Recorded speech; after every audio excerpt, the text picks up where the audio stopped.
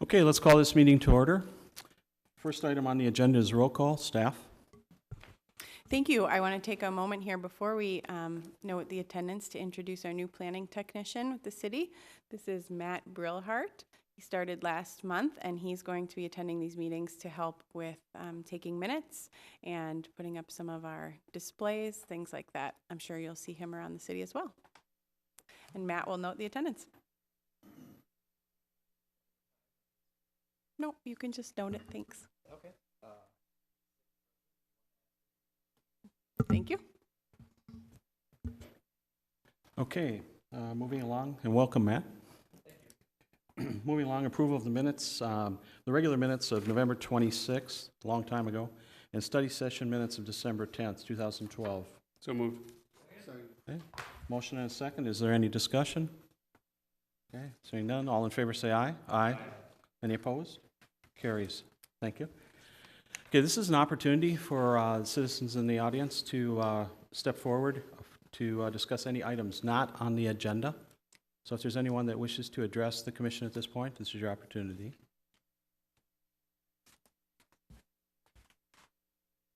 Okay, seeing none, we'll move forward.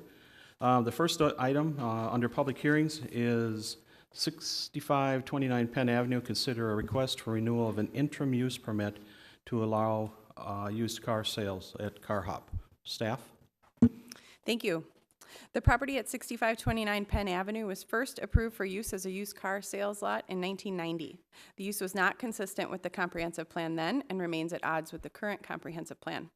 The use has always been considered temporarily acceptable while waiting for the Penn Avenue corridor to redevelop. The existing permit for this use expires June 8th, 2013, and the applicant is applying for a new 5-year interim use permit. In 2007, the City Council adopted a revised zoning ordinance that made used automobile sales permissible only as an integral part of a new automobile sales business. The business at 6529 Penn has been operating as a legally nonconforming use since the adoption of that ordinance. The purpose of an interim use permit is to allow a use that may not be compatible with the comprehensive plan to operate for a limited period of time. Interim use permits are designed to meet the problem that arises when a city designates an area for redevelopment, but the market has not yet had time to react to those changes. In evaluating a request for an interim use permit, the Planning Commission and Council shall consider its compliance with all of the criteria outlined in the attachment to your staff report.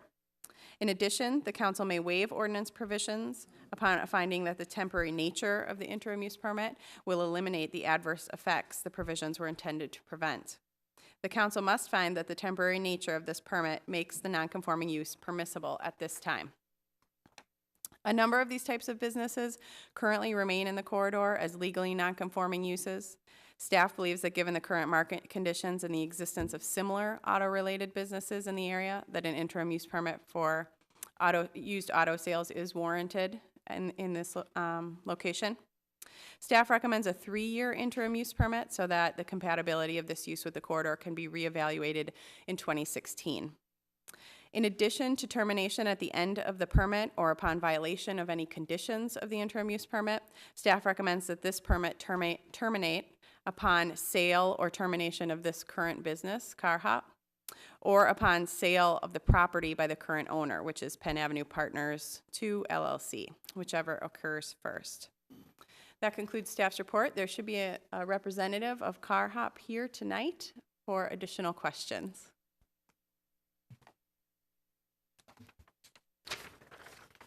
Okay, this is a public hearing, and oh, it is not a public hearing. Oh, yeah, it is public hearing. And so if the Car Hop person wishes to come forward to give us any additional information, or if commission has any questions, this is the opportunity. Tom? I do. I don't have anything additional. I do. Thank you. I appreciate it. I take it you're both here as Car Hop and you're representing the owner of the property? The owner, I think, has given us permission to let me suffice. Oh. Okay. Then I think I have my questions more for you than for Car Hop. Please.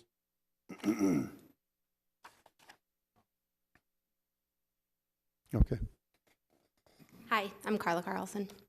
okay, thank you, I appreciate it.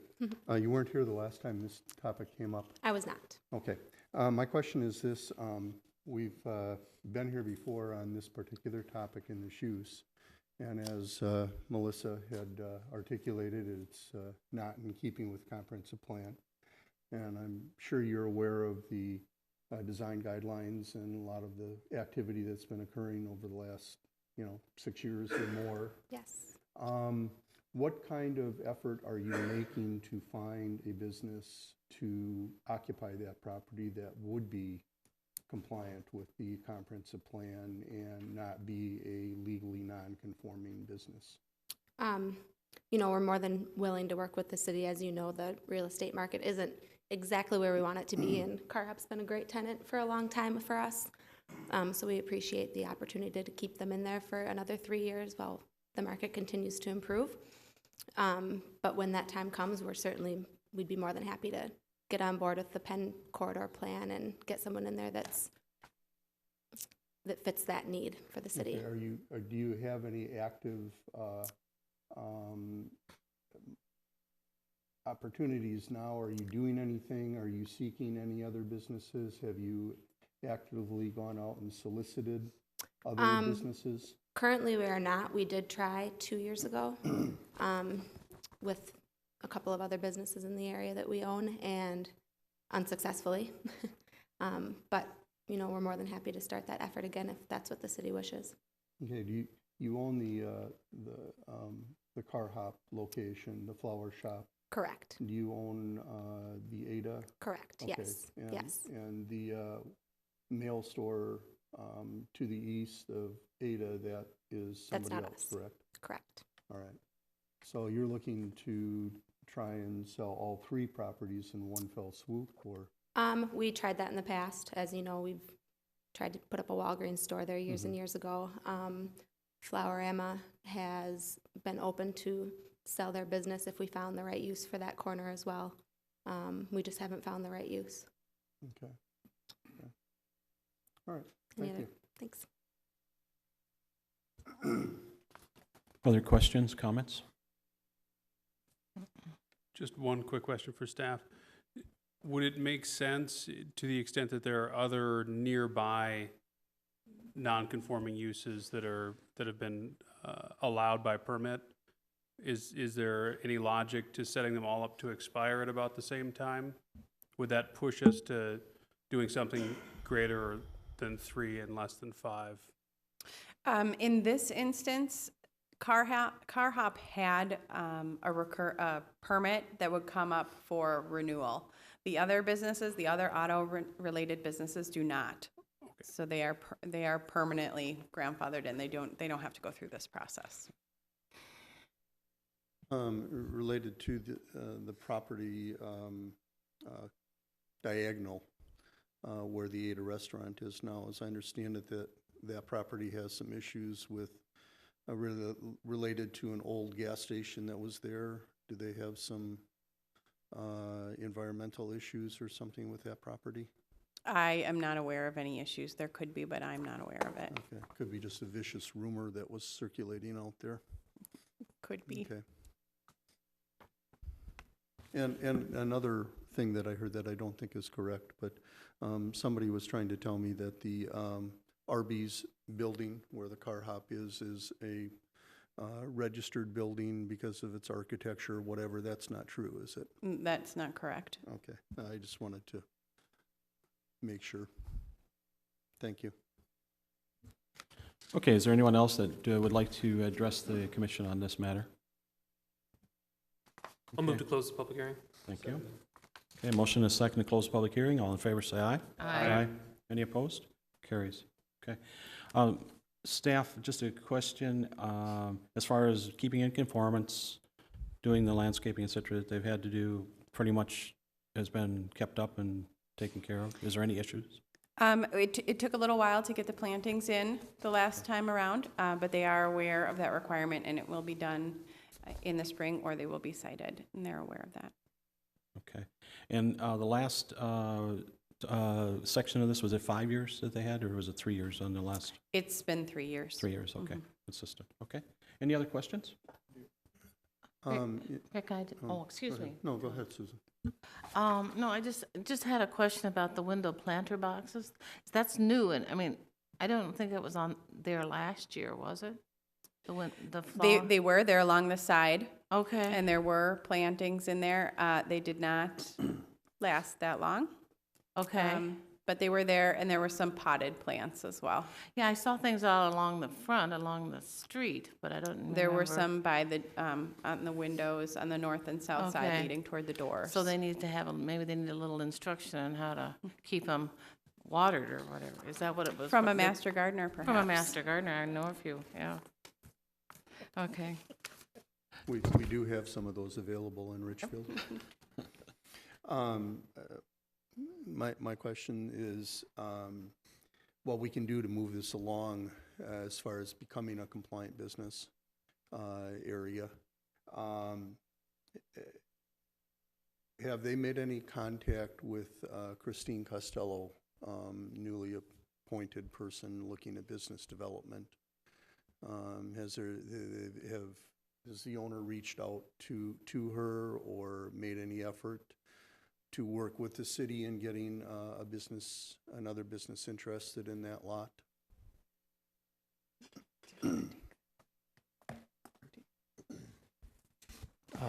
Thank you, Chair Jabs and Commissioners. Not in any recent times.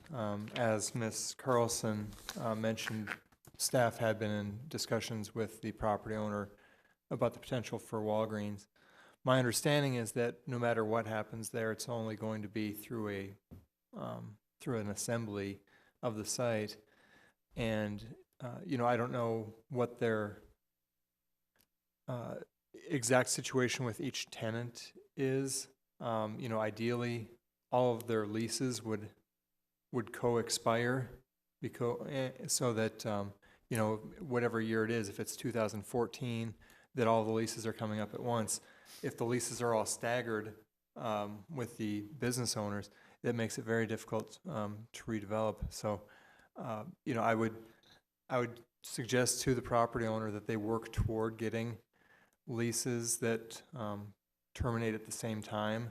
But otherwise, we haven't had any discussions in recent times. Is there anything that the city can do to work with the property owner to find potential buyer for the property or a lease tenant that would be compliant with the comprehensive plan and so on? Well, the city staff would certainly be open to trying, to sitting down with the property owners, not only to look for a potential end user, but also with, as you know, redevelopment is a very costly endeavor, and there are financing tools available to help facilitate redevelopment, to help with those costs, and city staff would be glad to talk to the property owners about that as well. Okay. Would a shorter permit time facilitate that? Kind of push that along a bit? Or right now, they're asking for 5 years, you're countering with 3. Would 2 years be better? I mean, we were doing the same thing 3 years ago.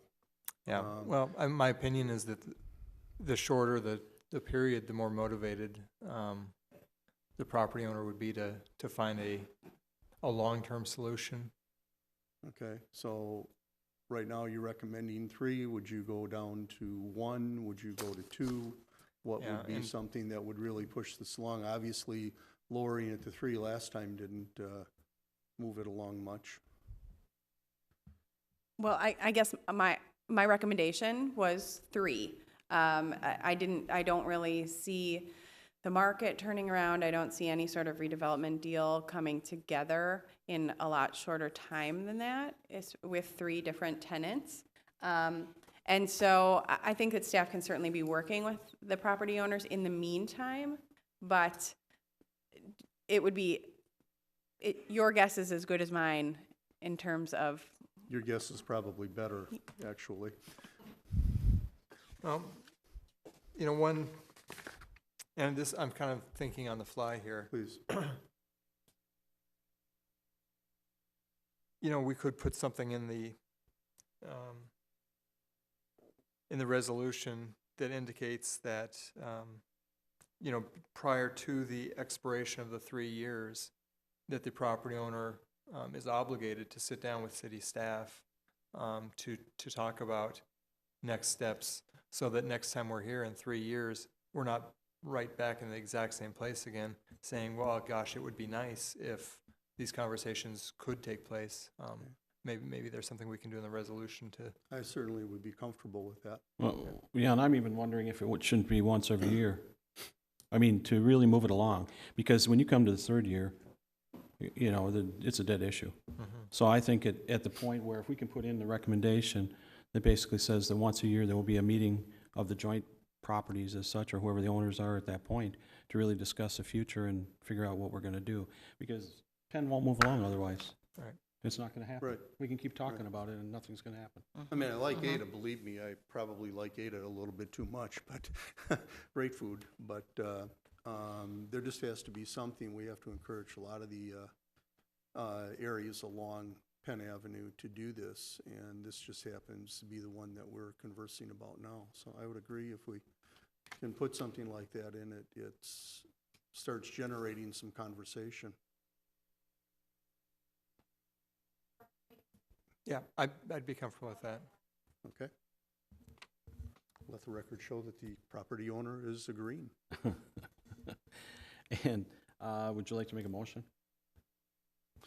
Well, I would make a motion that the staff recommendation is adopted with the amendment that as Rick said, the joint tenants and property owner and the city meet once a year during the 3-year period to discuss uses of the property and potential other uses.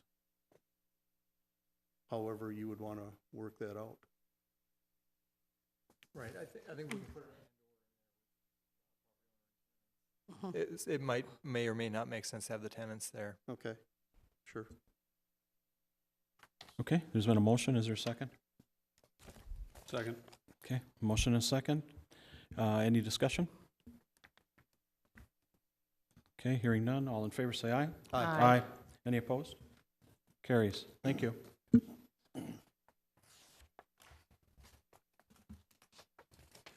Okay, next item on the agenda is 6630, 6632 Penn Avenue. Consider a request for a site plan approval that would allow an adult daycare serving up to 29 persons. Melissa? Thank you, Chair. The owner of 6630, 6632 Penn Avenue has applied for an amendment to a site plan that was approved by the City Council in December.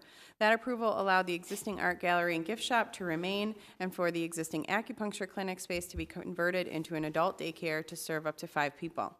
The applicant has reconsidered his proposal and now proposes to convert the art gallery and gift shop into daycare space as well. The proposal asks for permission to serve up to 29 persons. Daycare uses require 1 parking space per 5 enrolled persons. The proposed center will serve a maximum of 29, thereby requiring 6 parking stalls. The proposed site plan includes 2 on-street stalls and 5 stalls behind the building. Parking in the rear would be required to be striped in accordance with the plan, and the site plan approved in December 2012 included a requirement for the addition of planters along Penn Avenue. This requirement will remain in effect so as to meet the intent of the Penn Avenue design guidelines. The existing building is legally nonconforming and no external changes are proposed. There is an opportunity to add a limited amount of pervious surface behind the building. However, staff does not believe there would be any tangible benefit to that. In evaluating site plan, the Planning Commission and Council shall consider compliance with the 7 criteria outlined in the attachment to your staff report.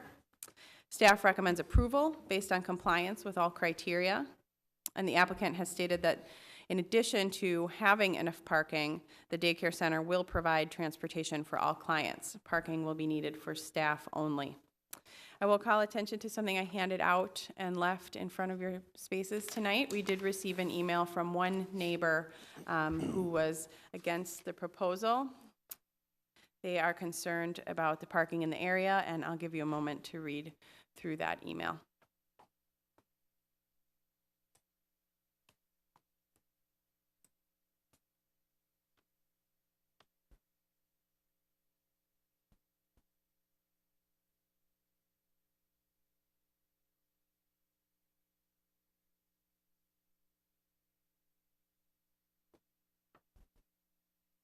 Okay, that's staff's report. The owner applicant, Mr. Juan Gao, is here tonight if you have questions, and staff will be happy to answer any other questions as well. Okay, would the, any questions of the applicant or comments the applicant would want to make?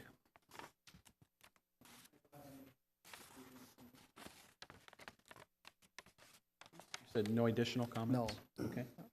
Questions? Yes. No? Again, your hours of operation, I think you stated before it was 7 in the morning? No, I think it was from 9 o'clock to 4, Okay, okay. or 8:30 to Change 4. that. 34? Yeah. All right. Do you expect, I guess the clients, do any of them will be driving themselves and require parking? Or are they all going to be dropped off or transported in some other fashion? Yeah, we don't expect any clients to drive to our facility. Basically, we provide transportation. It's a part of the service. Okay. And they would be there all day? Would you be providing meals? Yeah, catering. Catering? Okay, so Yes. the catering truck would need some parking, or the catering vehicle? No, actually, our staff will pick up from the Okay. catering place. Okay. How large a staff are we talking about? How many employees are you anticipating? Assuming you've got 29 I people think there. the requirement is 8 per staff, so we're talking about 4. That's For staff correct. member. Just to clarify that, the Department of Health and Human Services requires 1 staff person per 8 clients. I think the parking part is 5 per parking slot.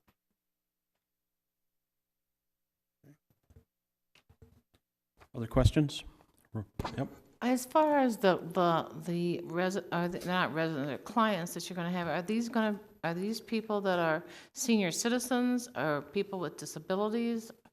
What Primarily senior citizens. senior citizens that need to have care that they live alone or something? Yeah, just kind of, prolong their, just to avoid the institutionalization early and provide a service to give them a place where they can socialize. Oh, okay. And so these are people that not necessarily need medical attention, that they need more of the social? Yeah, pretty much on the social side of it. Okay, so is this going to be a nursing facility, or do you have that No, type? it's not a nursing. We don't provide any, even though there's nursing, will be available, but we don't provide any nursing service. Okay, so people that have need of any kind of medical attention would not be applicable for your service then? Not like those kind of medical Okay, okay. conditions. Well, what do you do all day? Do We they? have different activities, to people to get together. Okay. And we have, like a bingo, those different kind of activity to make sure they can socialize with each other. Mm-hmm. So those kind of things. And so you're going to have a vehicle there to take them out Yes, for like day trips type things? yes. Okay, Like to museum or some other places. all So right. it's not just spending the whole day in the facility. Yeah, We'll 'cause probably that's- start there. And it'll be fully furnished so that people will have, I mean, I'm just thinking that a bare bones retail store there. So you'll have it fully furnished with tables, sofas, Yeah, TVs, Yeah, I mean, okay. exactly. Okay, And along those lines, this is not for adults with memory No, disabilities, Alzheimer's, or Yeah. a memory care center? It's no, not a that at all? memory care, no. Okay. So they pretty much have to be in pretty good health then. To the point. Okay. I mean, it's not, they probably still stay by themselves. It's not like Yeah. they are already in the nursing home. It's kind of the stage before the nursing home, you know, they'll still be able to help themselves. Okay. And you pick them up then on a daily basis? Yes. Oh, And what do you do with the, what is that, a bus then that you're going to pick them up with? Or what do you do with that when you're not using it? The bus, Yeah. well, probably the park in the back of the building. Okay. And so you'll still have enough room there for staff plus? Yes, The we bus. have 5 parking slots based on the current parking standard, and also we have 2 in the front, pretty much on street parking. So we have enough space for up to 30 people. Okay. And how large is this bus? How many people does it hold? You have seen the bus like the Metro Mobility, that kind of smaller bus, taking like 15 people. Okay. That's the kind of a bus we're having. And that won't infringe on the back, on the driveway as far as, is it short enough or whatever? I don't have the dimensions of those buses. Yeah. We would have to check into that. If there was a problem where they were blocking the alley, another solution would need to be worked out. But there is additional space between the end of the 19-foot stall and where the property line is. So there is the potential to park larger vehicles there. In case, okay. Okay. And just one last question then. So they're there all day long from, during your hours, to be a continuous. And then, is there going to be any pickup of those people, or is it all by the bus as far as transporting back and forth? Yeah, all by buses. All by bus? Yeah. Okay. I might have missed this, Mr. Chair. You're approved to, or applying to serve up to 29 persons, so that's 29 persons, or 29 clients in the building at once. That's correct? Yes. So could your client load be potentially bigger so that, people are coming and going, but you're not serving more than 29 at one time? The 29 is any number or any given moment you cannot Okay, exist. Yeah, okay. So. Thank you. Other questions? Okay. Seconded. Let's just check to make sure. Is there anyone else that wanted to address this from the public? Okay, now I'll let you. Go ahead. I'll still second. Great. There's been a motion to close the public hearing. All in favor, say aye. Aye. Aye. Opposed? Carries. Okay. Discussion? It's a different use than what's been in there now. It's been primarily retail, either the herbal store or Vuit's gallery and so on. So does this change to kind of a human service trigger putting in different lighting and facade treatment and so on, commensurate with the design guidelines?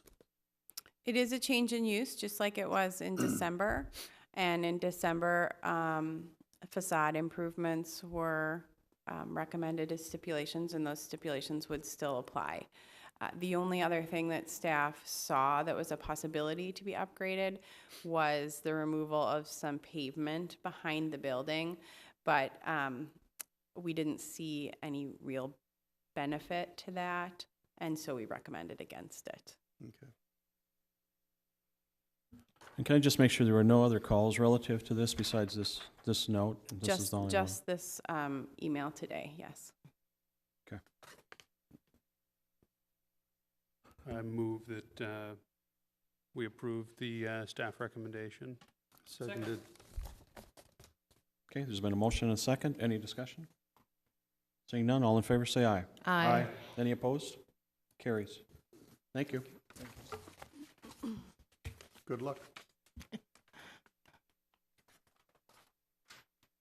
Okay, next item on the public hearing list is 6501 Nicollet Avenue. Consider a request for a conditional use permit for a funeral establishment, office/retail use only.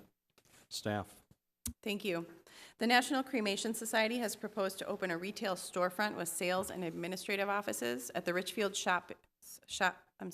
Richfield Shops Shopping Center at 6501 Nicollet Avenue. The office would sell prearranged and prepaid cremation plans, as well as aiding in immediate need cremation arrangements. Typically, this use would be considered a retail office use and allowed by right within the shopping center. However, state law requires that the office apply for and receive a funeral establishment license. As part of this licensing requirement, the National Cremation Society is obligated to construct and maintain an embalming room, despite the fact that this room will never be used for such purposes. The presence of the embalming room makes a conditional use permit for a funeral home then necessary. The city's zoning ordinance allows for funeral homes in the general commercial district so long as the lot abuts an arterial or collector street, which this does. In evaluating a request for a conditional use permit, the Planning Commission and Council shall also consider its compliance with the 8 criteria listed in the attachment to your staff report. The applicant will obviously not be using the embalming room. The location will be used for retail and office space only. That said, the embalming room will be in place, and a conditional use permit runs with the land rather than a particular tenant. So the Planning Commission and Council must consider the use as proposed and as a more typical funeral establishment. Staff recommends a stipulation that will prohibit formal memorial ceremonies, viewings, or other activities that would cause for the congregating of larger numbers of people. The existing parking is non-conforming and is 18 stalls short of minimum requirements. Further evaluation and parking analysis is needed for any use that would initiate concentrated parking demands. The existing shopping center is non-conforming in regard to a number of other requirements as well, and city ordinances require that non-conforming sites be brought into compliance when possible. Staff evaluated the potential for parking lot screening improvements, but parking already encroaches on City Boulevard, and additional landscaping or fencing is not feasible. Staff also finds that the fence along the eastern property line, as well as the fence extension at the north end of the property, meets the intent of the trash enclosure requirements. There is an opportunity for additional, that should read pervious, surface along the northern end of the building. However, limited sunshine could make it difficult to establish and to maintain the plants there. With a commercial neighbor immediately to the north, again, we see minimal benefit to having them tear that out.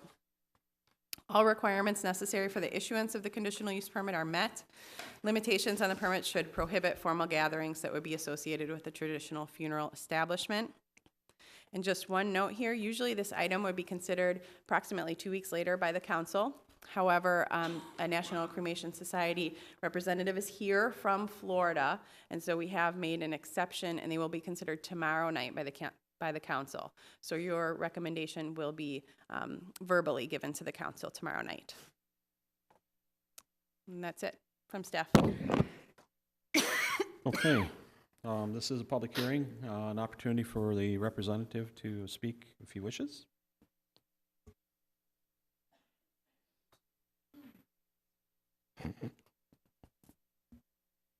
Evening.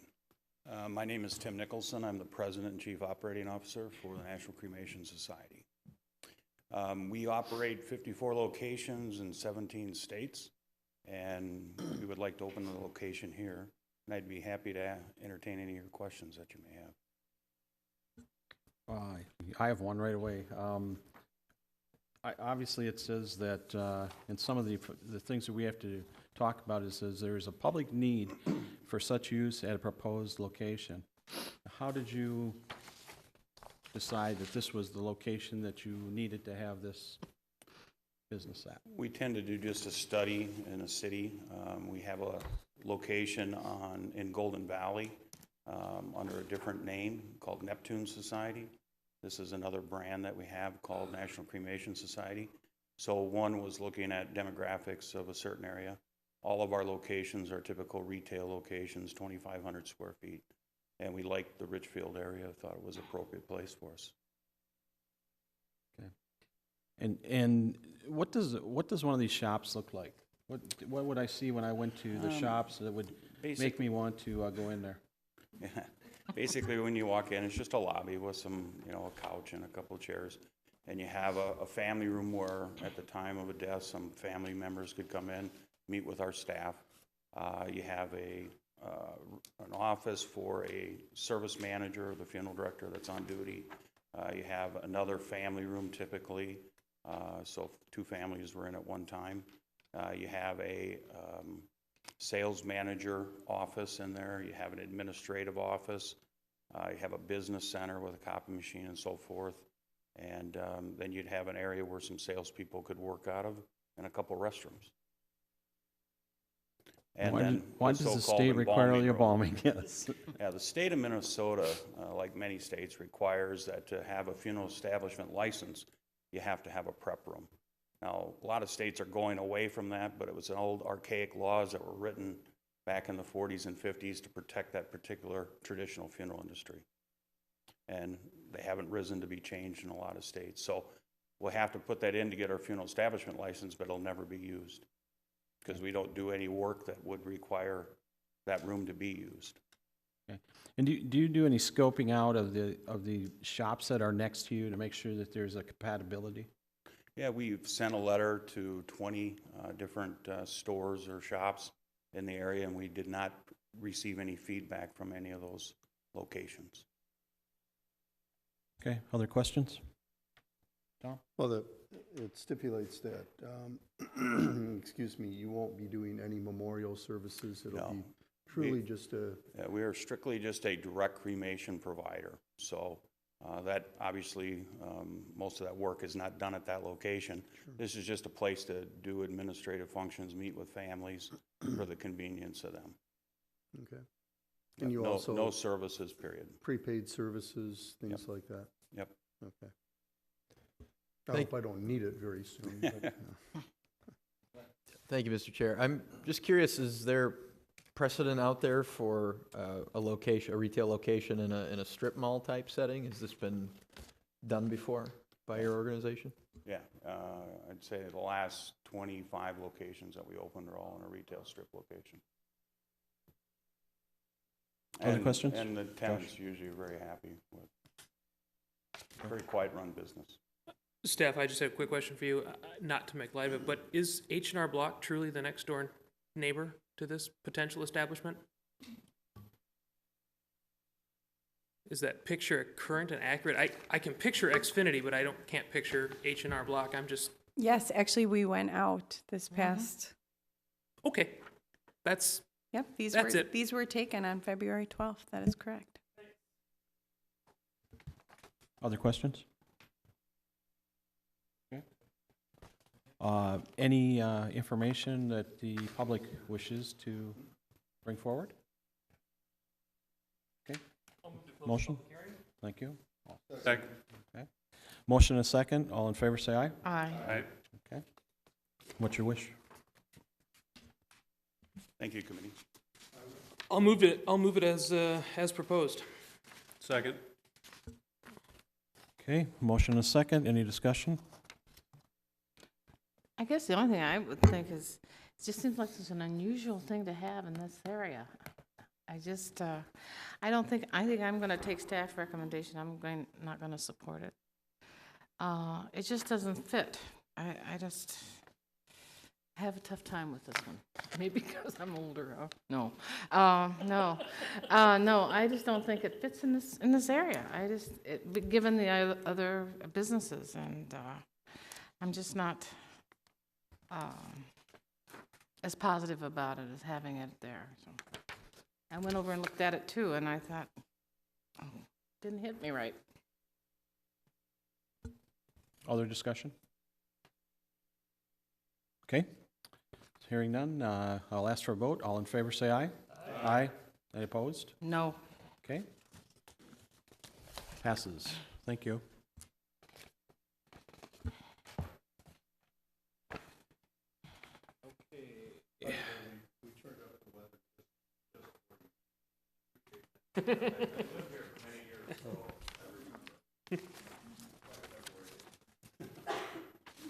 Okay, item number 4 is 6330 and 6400 Lindale Avenue. Consider a request for rezoning, planned unit development, fine development plan, and conditional use permit to allow a mixed-use development including 151 units of housing, 11,600 square feet of retail, restaurant, and outdoor activity areas. Staff. Thank you. The Lindale Garden Center site has been vacant since the store closed its doors in 2006. In the intervening years, the property has suffered from frequent vandalism and occasional criminal activity. The property is located in what the comprehensive plan designates as the city's downtown area. This city center is intended to include a mix of residential, shopping, recreational, and business uses. The proposed PUD, planned unit development, is divided into two primary sections for which two separate developers will apply for approvals. The requests before the commission tonight involve the rezoning of all the land involved in the project and the specific land use approvals for the northern portion of the site. Consideration of these approvals depends on an understanding of the agreements that will be in place between the two site halves and the coordination between this northern portion of the site and the future development of the south portion. The Cornerstone Group is proposing a mixed-use development that includes a 151-unit, 6-story apartment building, 11,600 square feet of retail and restaurant space, and public amenities. Lakeside amenities, including performance space with built-in seating, new connections to the existing Richfield Lake walking path, gardens, a splash pad, and an outdoor oven are included. The development will also include a market area that will be the new home of the Wednesday Richfield Farmers Market. The development will be built to coordinate and share parking and access with the future Lake Winds Natural Foods Co-op on the south half of the site. In 2008, the city approved designation of the entire Lakes at Lindale area as mixed-use area that would allow a variety of uses, including high-density residential, commercial, office, and recreation. The zoning changes before you tonight are a mixed-use zoning designation for the majority of the property. This is more appropriate than the current general commercial designation for a redevelopment plan that includes such significant housing and public improvements. The area extending into and along the shore of Richfield Lake and the retention pond, which is labeled as Outlot A on your, in your packet, shall be rezoned to single-family residential. This is the standard zoning designation of parks throughout the city and is not an indication of any future single-family redevelopment. The developer plans to dedicate that land to the city as part of the platting process. All of those changes are consistent with the existing comprehensive plan. Now we'll go into the zoning requirements. Planned unit developments are intended to encourage the efficient use of land and resources and to encourage innovation in planning and building. PUDs provide flexibility in the application of dimensional requirements, density and land uses if the proposed development is well designed and can be integrated successfully into the neighborhood. The mixed-use districts were created in order to develop areas that would support multiple land uses that are complementary to one another and support the ability to live, work, shop, and play within a development pattern of horizontally or vertically mixed uses. The sheer size of this particular piece of property makes its redevelopment key in determining the future character of the Lakes at Lindale area. Careful consideration of all elements of the proposal is warranted to ensure that the development will be complementary to the area and that the property will once again be an asset to the community. As mentioned above, PUDs provide flexibility in the application of requirements so long as the development is well designed and can be integrated into the neighborhood. I'm going to go through the variations from the standard requirements that are proposed. First of all, there are setbacks. The residential building exceeds the maximum permitted setback of 15 feet. The particulars of this site make this a logical deviation. The proposed housing seeks to maximize views of the park and the lake. Signs. While this development is designed to function as a cohesive and identifiable area, it will be divided through the planning process into a number of separate parcels. This would prohibit shared signs throughout the development because the code prohibits off-site signs. The unique aspect of this development warrants shared signage as it's proposed. In terms of building height, the minimum building height in the mixed-use districts is 2 stories. The proposed retail component, including the future co-op, is only 1 story. The residential building is 6.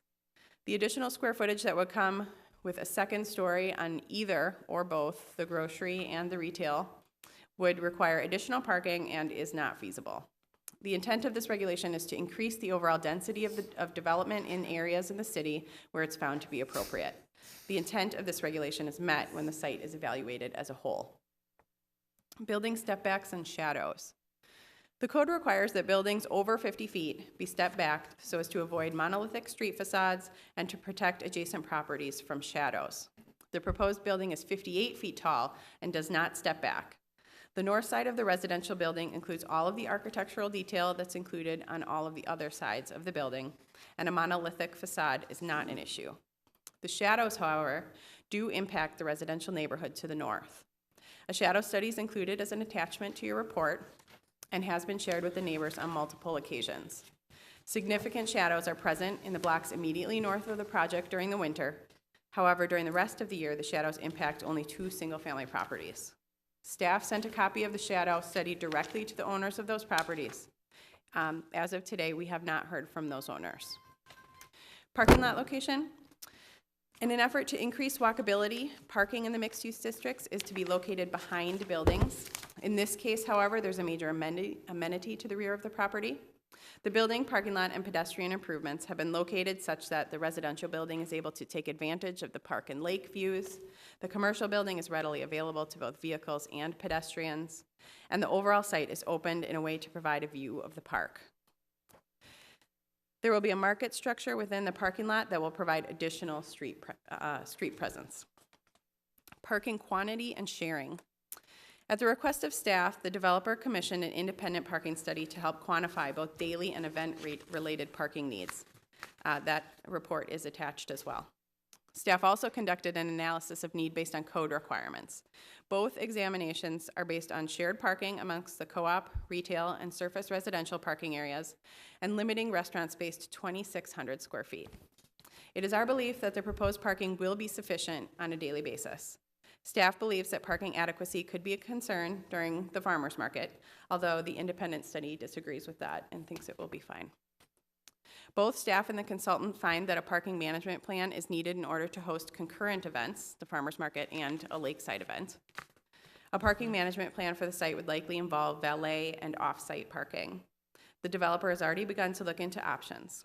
Based on both of these examinations, staff recommends approval of the parking as proposed, with the understanding and added stipulation that prior to the scheduling of any events other than the farmers market, the developer must submit to staff a parking management plan. Further, because the shared parking is such an integral part of this development, staff recommends that approval of tonight's actions be contingent upon approval of the co-op grocer on the south half of the site.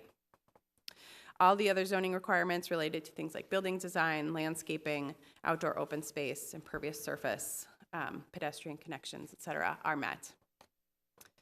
The comprehensive plan describes this area as the city center, the downtown, and the center of commerce in Richfield. Further, it states that this area has been developing over the last decade, and the development is intended to continue and to expand. The proposed development adds new housing, new retail, and new public and quasi-public improvements to the city's core. The development maximizes the site, encourages pedestrian and general outdoor activity, de-emphasizes parking, and connects directly to a city park pathway. Details of all of the required findings are attached to your report. Staff would be happy to answer any questions you may have of us, and the applicant is here as well. Okay, first of all, any questions of staff? Okay. Does the developer wish to speak to this?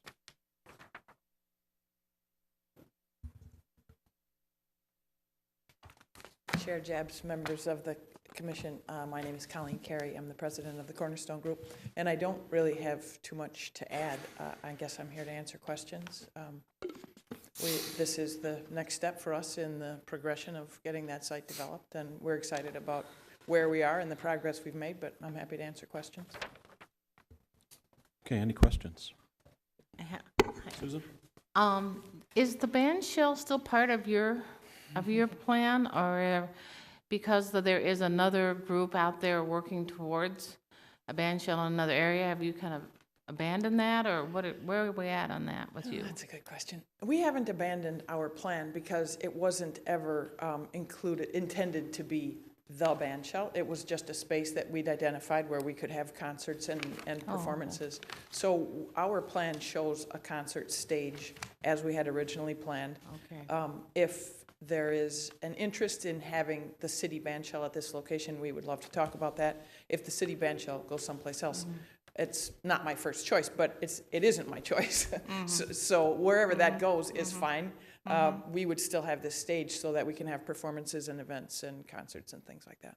So is this stage like a small, just a small gathering type of thing, or would this attract 50, 100, 200 people? I mean, I'm concerned about parking, and that, as much as I hear on the street about people are so excited about this, and I mean, I'm getting really positive thing, but it always comes back to the old thing of parking. Right. And where are we going to put the people? Because what I'm hearing across the street at LA Fitness, there's no room in that lot because people are telling me that they have a hard time finding a place. So if this concert area is going to attract, you know, quite a number of people, or are you expecting them to park and then walk around the path? Or are you expecting them to park? Or is this all part of the parking plan that staff talked about? Yes, this is addressed in the parking Okay. plan that staff talked about. There are a variety of ways to solve this, and it really depends on what sort of event space this becomes. We know we'll need to manage the parking for any kinds of events. We think that we have adequate parking because of the way we'd like to share parking and manage how that works. At certain times, we're going to have more than we need, and at certain times, we'll probably just have the right amount. I would expect that a lot of people are going to come to this site on foot for these events. And that was our experience with both the winter festival that we had, although we had plenty of people driving there. That was a very large event. But our farmers market in August was sort of a trial, and people were coming by foot from all directions. So I think we're going to see that will be the case for any concerts that we would have. And I think that really depends on the answer to the band shell question, because I don't think we're planning concerts that are, you know, huge events. I think we're planning more intimate kinds of things. If it becomes the city band shell location, which we would like it to be, there will be more people coming. It'll be a little bit broader audience, but I do think that we can solve that with a managed parking approach. One of the simple things to do is to get a shuttle bus, and we've talked to a number of people about how to rent a shuttle bus for a night. I mean, it's literally like a few $100s, and we can have a shuttle bus that will run back and forth between some of the obvious higher density developments where we'd expect to see people coming. So it would be our intention to encourage walking and biking, and I think this development's going to do that anyhow. In addition, I think that the simplest, quickest way to solve the parking problem would be to make it easier for people to not need to drive. Well, I think this is an incredibly ambitious plan, and I look at it, and it's really gonna be an asset to the community, but it's gotta be done right, as we all know. Right. Now, on your apartments that are having, I know this is probably really jumping the gun, but have you thought about the subsidized housing in that, or how is this going to, what kind of, what is it, market rate, or what are We're you planning on intending tracking? to do 20% affordable housing. We will use, we're hoping, we'll be back here for some more approvals at the city for using tax-exempt bonds, which are not city bonds, but they need city approval. They're housing revenue bonds. And when you do those, when you use those bonds, you have to do 20% affordable. So we'll have 20% affordable units. So that's 30-some units. I hope that they are more than just one bedroom. Yeah, units, in fact, because that's kind of a common problem, that they're all the smallest units. We have ours spread across the whole spectrum of So we can unit expect sizes. 2 and 3 bedroom in Yes. that 20%? We don't have tons of 2 and 3 bedrooms anyhow. I mean, we don't have tons of 3 bedrooms. What's our percentage? Okay. This is Beth Pfeiffer from the Cornerstone Group. Hi, thank Hi. you. We only have 5 3-bedrooms in the entire development, one Okay. of which will be held to be an affordable unit. Okay. We also have 10 townhome-style apartments, which means that they're 2-story apartments. They're a 2-bedroom plus den that could be used as a 3rd bedroom. So we will also reserve one of those as the affordable. And then we'll have about 45% of the units in the development are 2 bedrooms, and a portion of those will be affordable, and then the rest studios and ones. Well, that's important because of the families that need those types of residencies. So that's good. Thanks. Josh? Question for staff, which you may not know off the top of your head. I'm looking at I'm going to call it the sun study, the shadow study. and thinking about a 6-story building in that particular location. And can you, off the top of your head, tell me how tall the new Menards building is? Is it 30-some feet? Or roughly half the height of this? I cannot recall. Yeah, I would guess. I would guess it is roughly half the height of this. Okay, thanks. Okay, and just a question on my part, so is everything is rental? Everything is rental, is that correct? Okay. Tom, did you have a question? No, nothing's going to be a condo. No, we're hoping that the units will be designed so that it could be condominiumized later, but the condo market has not returned in a way that would allow us to do that now. Okay. Art space. I remember before you were talking about putting in an art space to be used by performing artists or studio artists. Are you still planning on doing that? Or? I think you're referring to our original plan when we were going to save the garden center building, and we were hoping to have some space left over in that building for some studio workspace for artists. We still have a big plan about art in this development, and there are a couple of different ways that we hope that gets incorporated. One is that we're working with some artists to help us with the design of the building, so that as we're designing the thing from scratch,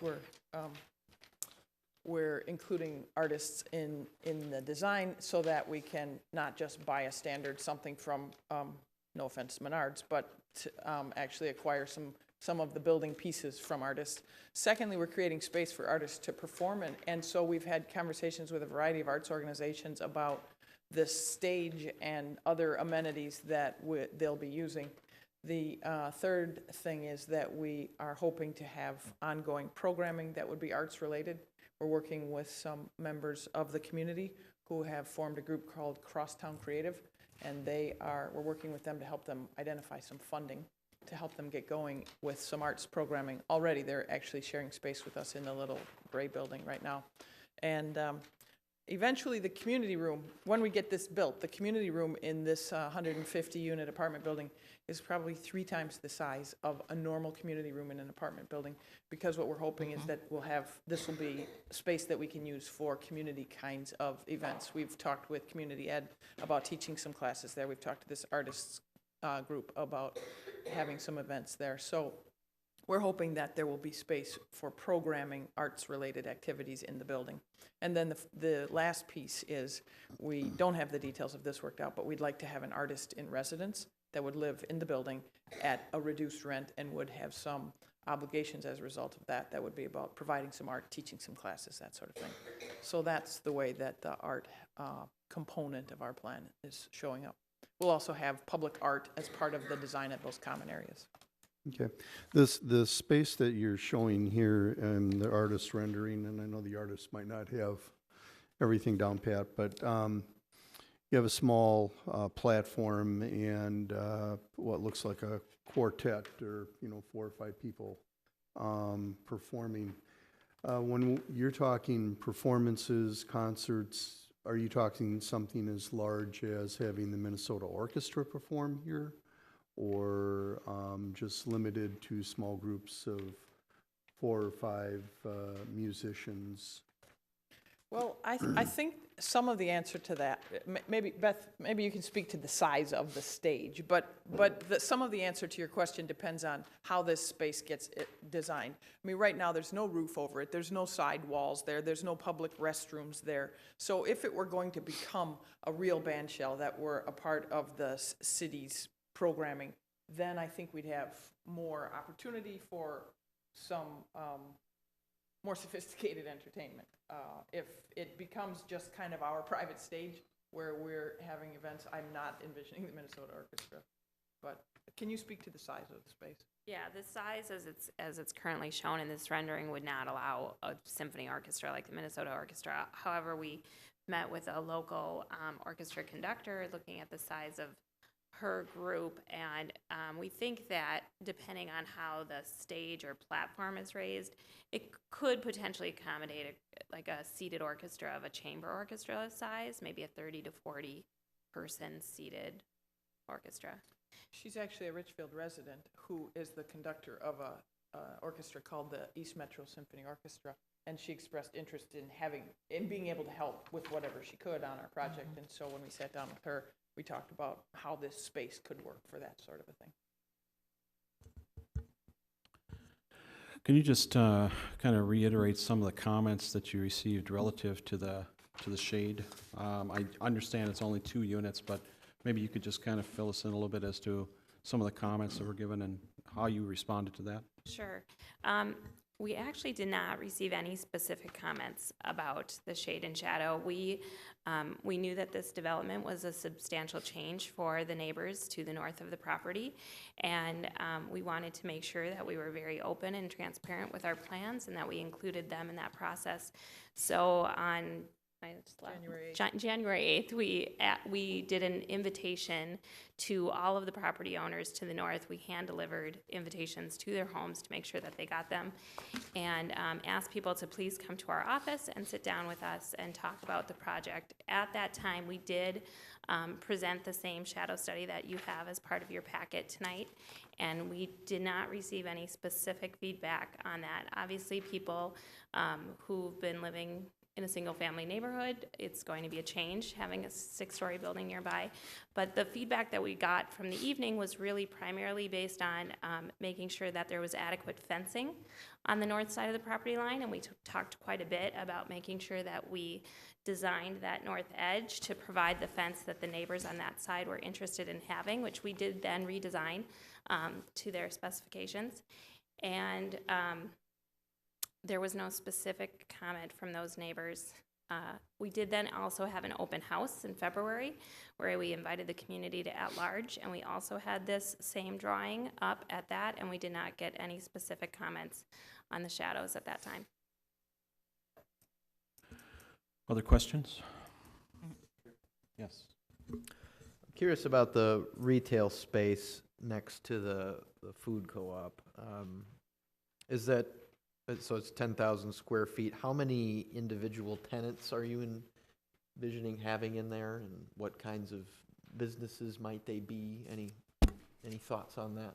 Yeah, in fact, I had a little bit of a concern with something that Melissa said, because I don't think we were aware that there was talk of restricting the size of the restaurant to 2,600 square feet.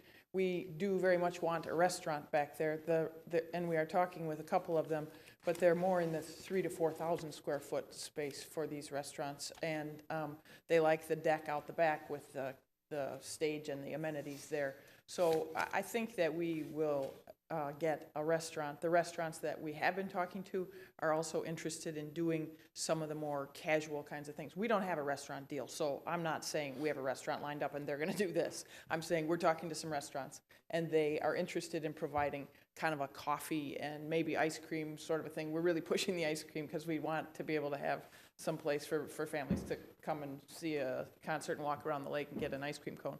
So we've been pushing these restaurants a bit, but I would expect that we're looking more in the 3,000 to 4,000 square foot space for a restaurant.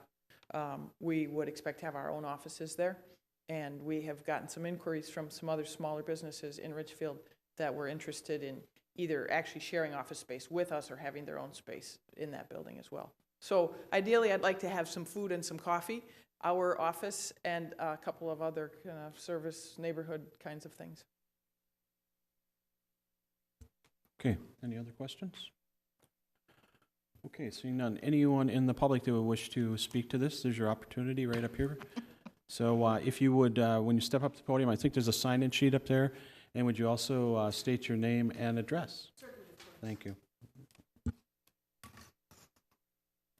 Thank you, Commissioners. My name is Pat Pfeiffer. I live directly north and west of the proposed development at 6328 Aldrich Avenue South. And I believe I'm one of the 2 homeowners who received the shadow study from you. Thank you, Melissa. I didn't prepare anything tonight because I wasn't sure I was going to be able to be here, but I did jot a few notes as you were speaking, ma'am. I have a few concerns. I am living in the old Lindell Garden Center homestead, as a matter of fact, and when I bought that property back in 1987, the owner of the property, the Rutman family, who at one time owned Lindell Garden Center, told me that they had gotten, I'm not sure of the correct language, a variance or an exemption or something like that, that the lot was only half the size of a normal lot in Richfield. So my lot is considerably smaller than most of my neighbors. And I welcome redevelopment of that property because it's been an eyesore for a very long time now. And frankly, the fence is crumbling and my yard is sliding into the parking lot. The retaining wall crumbled many years ago, and since my property line is only about a half a foot from the fence and the retaining wall, with the retaining wall gone, my property is now partly in your property, as I understand it. But that said, I do have some concerns, and myself and my neighbors do know that this is going to be a change for us because we have had pretty much unobstructed views of Lindell Lake and Richfield Lake and the park for, well, as long as I've lived there, 25 years now. I did not receive an invitation to the January event. I did hear about it the next day from my neighbors, but I was not aware of it when it was going on. I would have liked to have been aware of that. I don't know what to say about the shadow study other than there are concerns. I usually have a big garden in the summer right outside my back door. I suspect that that won't be feasible anymore with a 6-story building. I have concerns about the proximity of the apartments to my yard, especially given that my yard is very small, and I only have about maybe 3 or 4 yards between my back door and my property line. Maybe. That might even be exaggerating a little bit. I am concerned about the retaining wall, the fence, the junk trees that have grown up since then. And since I wasn't at the January meeting, I don't really know what the plan is for that. So I wanted to express my concerns about that as well. I know that the concerns of many of my neighbors have more to do with the construction noise. After living through the reconstruction of Highway 62 and 35, many of my neighbors aren't very thrilled about undergoing construction right next door again. My concerns, again, are mainly about the setback of the apartments, the proximity to my own yard, what's going to be done about improvements, that sort of thing. And now that I received the shadow study, some fairly significant concerns about those aspects of the redevelopment. So just could I ask, have you had any of those concerns addressed, or have you put them down in writing so that they can be addressed? I have not. No, Okay. I wasn't even sure, frankly, who to put them down in writing to. Okay. Up until this point. Okay. Well, first of all, I'd ask, do you have any comments relative to that before we ever even go any further? Otherwise, I mean, I think it'd be appropriate at that point to get something down so that you can address them if you have any comments that came out of the meetings. I don't know how we haven't met, because we've had multiple. Right. I was able to attend the summer event, but I have been recovering from a medical problem as well, and I work fairly inconsistent hours. I'm a journalist, and so news. We'd be happy to sit down too. Okay. Talk about it. Can I come up there with you? Of course. So we've tried hard to reach out to the neighbors and to talk about what the consequences of this are to people, and I thought we knew. I don't know how you've missed me. I don't know how. You're already in the shadow. The shadow study, the good news is the shadow study would show that I think you will have summer sun on your garden.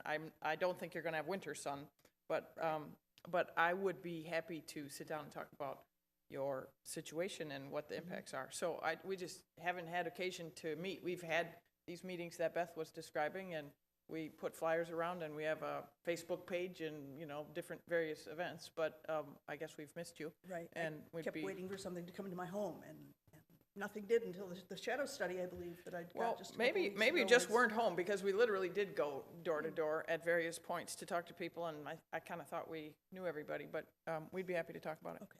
Okay. Okay. Dan, did you have a question? Yeah, Mr. Chair, I'm wondering if we might put the shadow study on the overhead. You need me anymore up here? Well, I was wondering if, Oh, if, sure.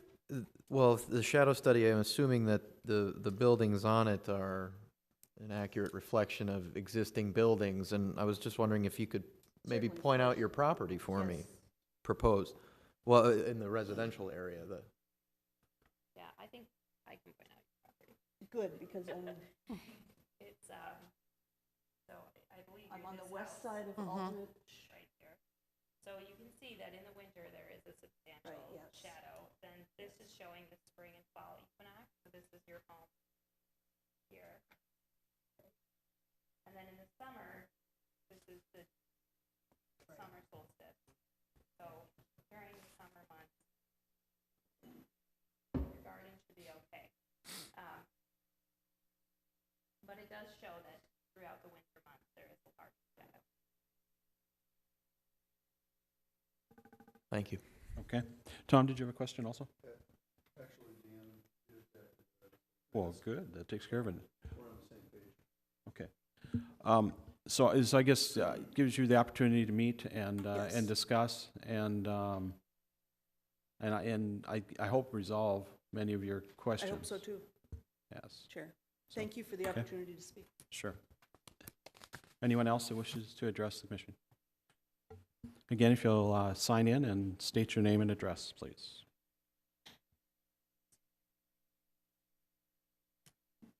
Sharon Meister, and I live at 6414 Harriet. And I am wanting to mention a couple of things after I have lived through the construction of the 4-story apartment complex on 64th and Lindale, which had started out as a 3-story. And I just have concerns about a lot of things. One thing is the 6 stories. I think that it's out of plan. I think the 4-story building behind my house is out of the plan, but I think 6 stories really does not fit the area. I've already lost any sunsets I'm ever going to see. If I'd had a house built behind me, I'd still have more view. And now you're going to add 2 more floors across Lindale, 2 more stories, and I'm going to lose even more. And I think the residents that have houses should be considered, other than just the fact that the city wants to build downtown. I also am concerned about the parking. When you talk about valet, where are the valets going to park the cars? Because I don't know that people will use the valet. They might, but where are those cars going to go?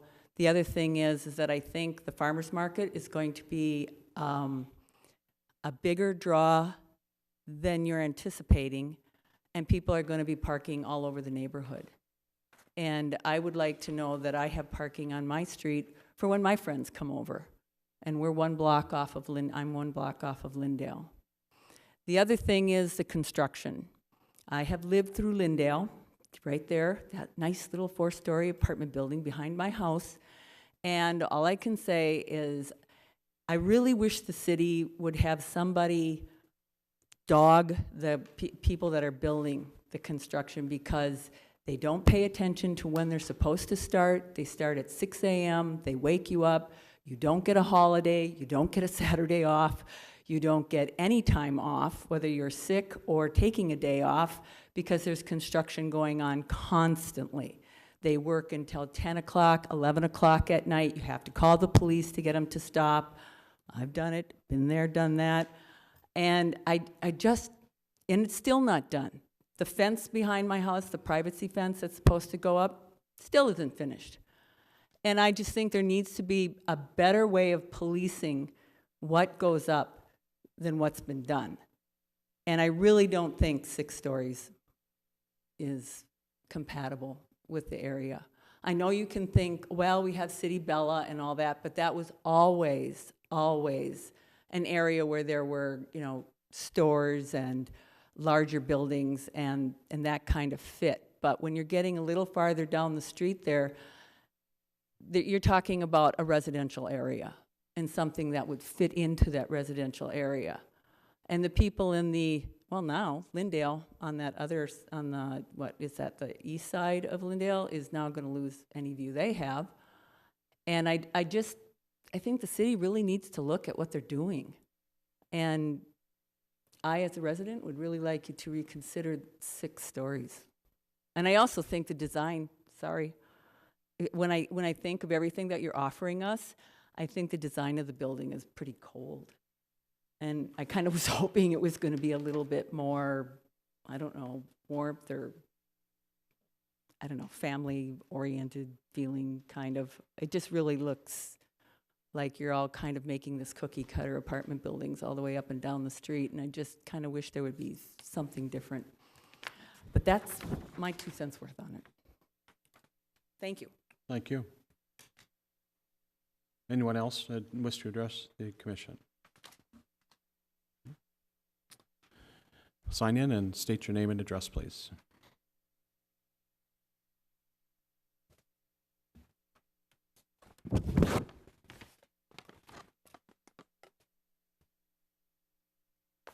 Hello, my name is Onar Men. I own a 6327 Brian. The house for rent right now.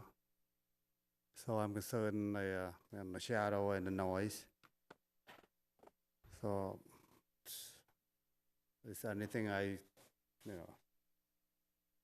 can do to, is it going to be improve the value of the house or anything? I'm not sure.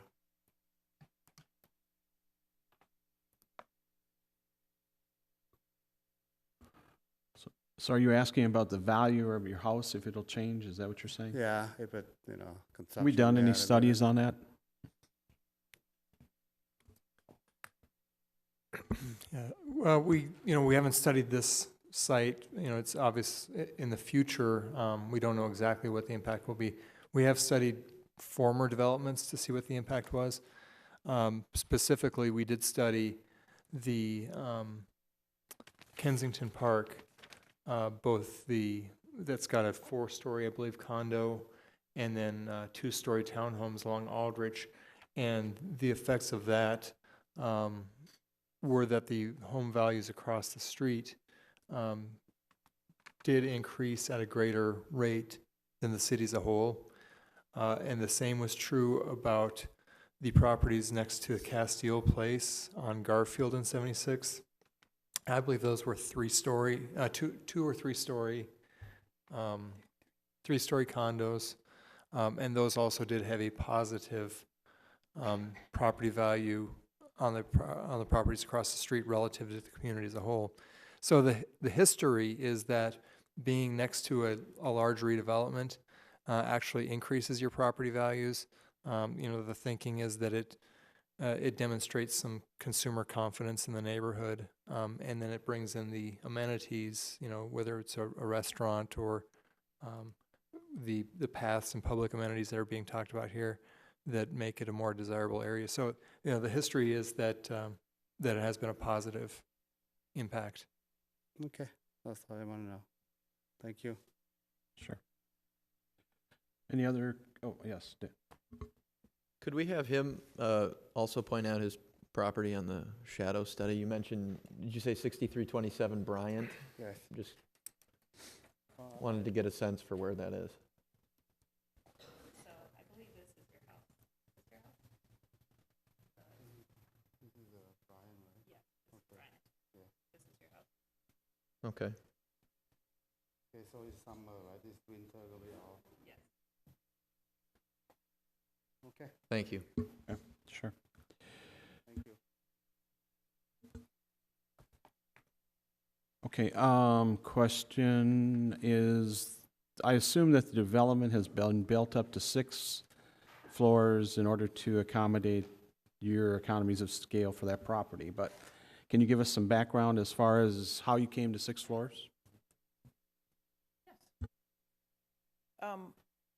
For one thing, that site is, we've been directed to have a minimum of 50 units per acre on the housing portion of this development. I think it's the comp plan, I might be misspeaking, but, so the comp plan requires a minimum of 50 units per acre on the housing portions of that site. So that really drives us to a very dense building. And the other factor, I suppose, is economies of scale. We're providing a much higher level of amenities than is typically done on these projects. And so to the extent that there are a few more units up at the top of that building, there is more amenity on the ground. So the combination of the 50 units an acre and the desire to have as much amenity space as we could has gotten us to the building design that we have. I just, and as far as the apartment complex as such, is there underground parking there? Did we talk about Yes, that? there is. Okay, for how many spots? We have 1.5 parking spaces per unit on the site. Most of those are underground, but there's some on the surface. What's the number underground again? One for 151 units, and then there's additional surface parking that's designated for the residential. Okay. Okay. Other questions? Okay, anything else from the audience? Okay, I'd ask for a motion. Thank you. Okay. Motion and a second to close the public hearing. All in favor say aye. Aye. Aye. Any opposed? Carries. Okay, discussion? Sure. My concern is this. Again, it goes back to parking. And we've made educated guesses various places around the city that just seem to be inadequate. There's now the question whether or not what was done at the LA Fitness area is adequate, has adequate parking. Down further on Lyndale, the Kensington area, seems to have inadequate parking much of the time. Various other places, I think around the city where parking is a challenge. As we move further into the 21st century, the anticipation is that we're going to have more public transportation, we're going to have more walking, more biking, and things like that. Colleen did mention that as well. But it just doesn't seem to be working. Cars and singular motorized transportation seems to have multiplied. We don't seem to be able to get ahead of this curve. What are the contingencies for this area should our very educated guesses prove out to not be very good? Let me just address kind of the historic pieces, and Melissa can address this specific one. You know, like example with Kensington, I think that everybody would agree that early on there were parking issues. I do believe that through the efforts of the developer, staff, and the neighborhood, that those have been resolved. I have not heard any concerns about parking there in several years. I know for an hour and 15 minutes at lunchtime, somebody might have to circle around once or twice in the lot to find a space. But I haven't heard any problems over and above that. With LA Fitness, you know, I can tell you that LA Fitness was the greatest expert on LA Fitness's parking needs. They've built everywhere around the country, and they felt that the amount of spaces that were being identified on their plan was adequate. We're not sure why they've been so successful here. It may be a period of kind of a normalization. I don't know if it's with any health club. When a health club comes in, if it takes some time for you know, people to sign up new memberships and then through attrition they go away. I don't know. That has been a bit of a mystery, the LA Fitness, and it could just be you know, with the Super Target and Home Depot as an example. And some others I can think of, you know, Richfield has among the highest performing stores of many of these retailers. And we may be a victim of our own success. That, you know, we are, the location of Richfield, as everybody knows, with all the interstate highways and the other transportation amenities, the location is just fantastic. And maybe we seem to defy kind of the parking expectations that a lot of these retail folks have. Having said that, you know, it's the two things we have to go by are what our code says, and then what the end users of the site who have the greatest vested interest in having the correct parking, what they tell us. And in this case, we do believe that the staff report, you know, indicates where the issues are. I guess the only thing that I would add is that all of us can put together numbers, and like you said, they're best guesses. Parking calculations are really an art rather than a hard science. And we have moved to requiring developers to get parking studies. We are land use planners. We are not trained in engineering and parking studies. So we can do all of the research that we can. And we not only look at our code requirements, but we look at requirements in similar areas of the metro and compare there as well. And then we ask an engineer who specializes in this to come up and look at comparables and come up with a study that shows us what they truly think this specific development is going to need, not based on what we would hope that they draw in transit and what we hope they draw in pedestrian traffic, but truly what they are going to need to make this development work. And that's what we've requested here. Staff called and spoke with this engineer directly. We feel confident in this study. Our numbers are similar, and that's what we have to base our recommendation on. And, you know, we feel equally confident that there are going to be some bugs when this opens up, and we'll just have to work our way through them, you know, looking strategically at where do the problems arise and what are the fixes to the specific problems. So we anticipate that. Well, the Kensington right now has a lot of empty storefronts, so there's a lot of parking demand that is non-existent because of that, I think. There was also parking available across the way at shops at Lindale where agreements could be worked out, where I think employees could, various businesses at Kensington could park across the street, freeing up parking spaces for customers to the stores, particularly those restaurants and so on. And I understand that it is very time dependent for the demands, but what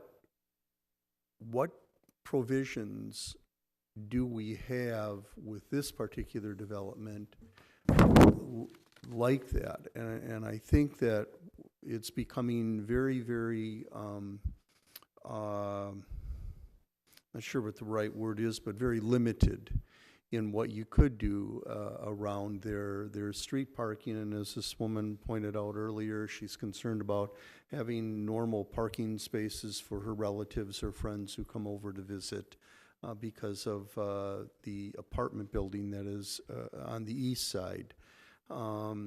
We don't seem to have in that area spaces that would be cooperatively used between buildings and establishments, the other apartments near there and so on. So it's becoming limited what you can do to work those bugs out. And I'm asking if some of the study that has been done and some of the information that engineers have been asked to provide, has that been addressed? Do we have some real idea of what we would have available as a contingency plan should estimates of parking need exceed what is initially put in? Commissioner Rublin. First of all, I just want to reiterate that both staff and the independent parking study believe that on a day-to-day basis, there will not be a parking issue here. There will be ample parking to support this development. Staff has some concerns that if the farmer's market is truly very successful on Wednesdays, that parking could be tight on those days, absolutely. The independent parking study thinks that there is excess parking and that need will be taken care of.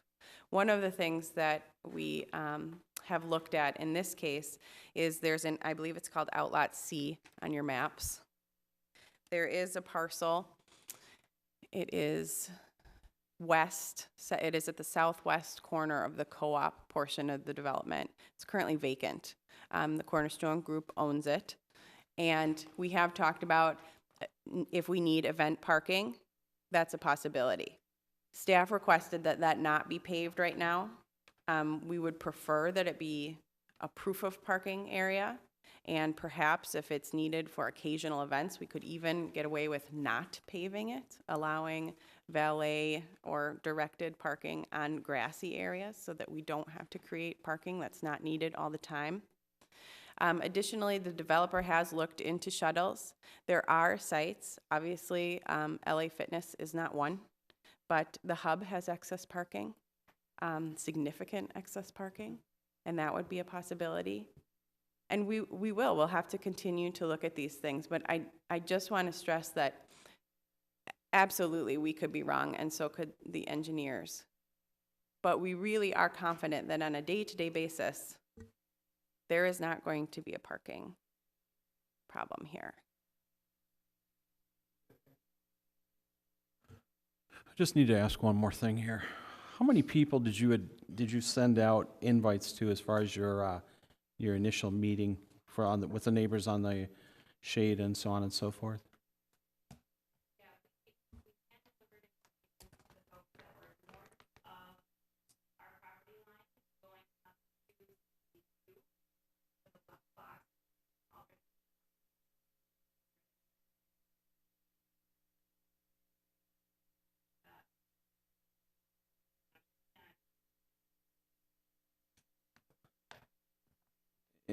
So how many do you estimate that was? How many people? Households? Okay.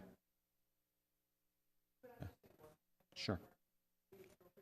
I think you raised some very good points, and we're constantly battling this thing about parking because we don't want to have too much because it's an unattractive use for our pretty site, but we don't want to have too little because we know exactly how that works. And I would like to distinguish this from Kensington in two very specific ways that I think are important.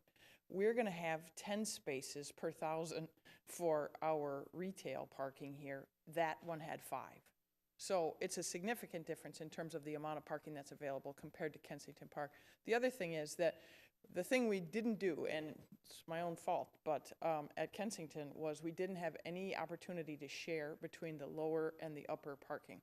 And so at Kensington, the residential parking is all underground and they are not allowed to park up above. And so during the day, that's all empty, and at night it's overflowing. And during the day, the reverse is true. The retailers can't park below. They could only park above the customers. And during the day, that was full and the downstairs is empty. And at night, that parking lot's empty and the residential people are desperately looking for a place to park. But we didn't have the way to do it. So we do here. And we will have shared parking. And we will have it set up right from the get-go so that there will be opportunities to share the spaces going back and forth, in particular using the underground parking during the day for some probably most likely retail employees who would be good candidates to park down below. So it's a battle, but I'm glad that Melissa pointed out the outlot. We don't really want to pave it either, but if you had to, if we did pave it, we could park another 40 plus cars down there. So I think that gives us the opportunity to address parking needs if we've underestimated. Okay. And staff, how many households do you think you sent this notice out to? I'm sorry, I don't have a number, but it does go to everyone within 350 feet of the entire property, and that includes the co-op property. So it's quite a large area.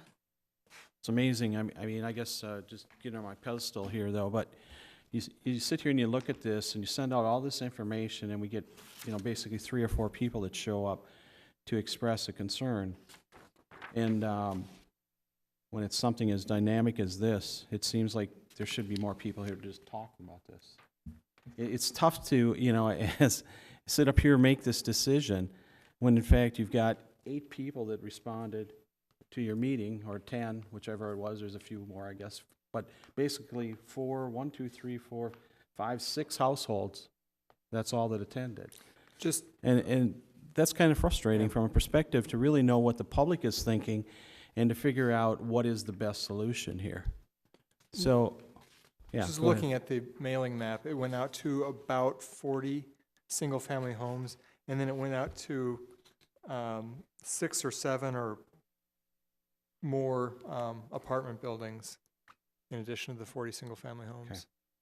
Well, first of all, I guess I commend you on the excellent job you've done. As far as, I think you guys have worked so well with this city and so well with the neighborhoods to make sure that the information is out there and that there's plenty of things. You've done the events at the center, the site where you plan to build, and I cannot commend you more for the effort that you put in to make sure that things are happening and to really work to make things go. From my opinion, wholeheartedly, I feel that you guys will work to work things out with these neighbors that have these issues.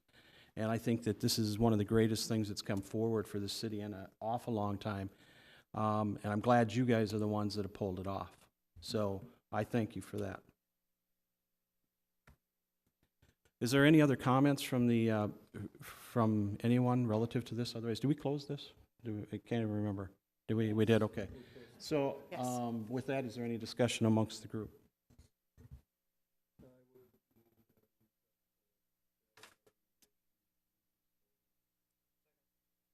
Okay. Any discussion on that? If not, I'll call for the vote. All in favor, say aye. Aye. Any opposed? Carries. Good luck.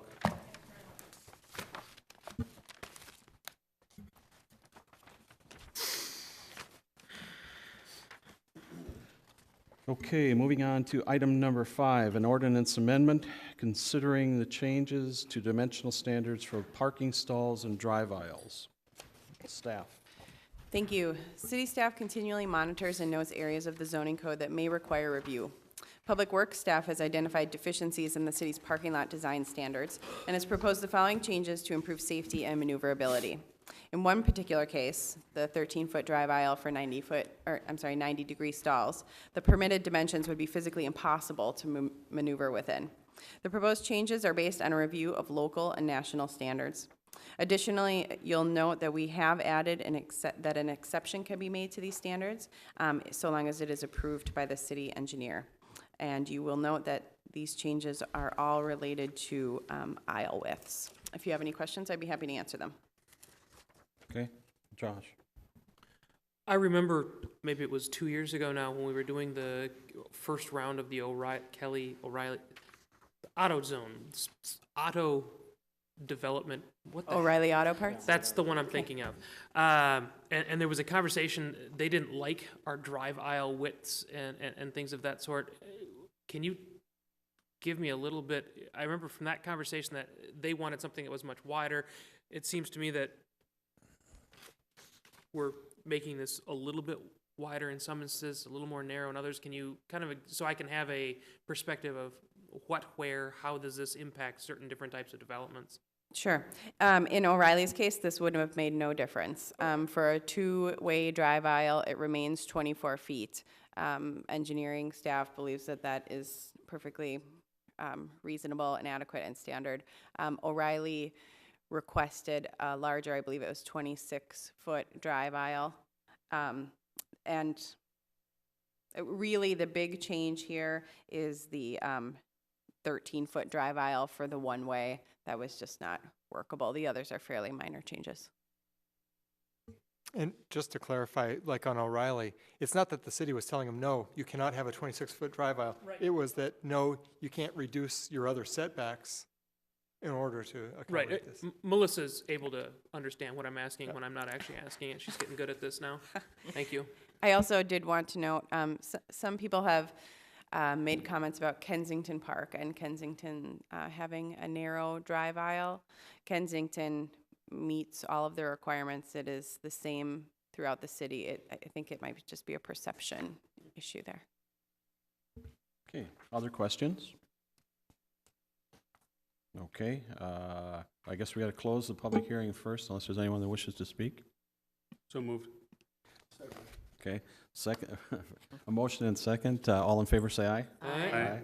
Okay, and then what's your wish? I'll move the action. Second. Very good, motion and second. Any discussion?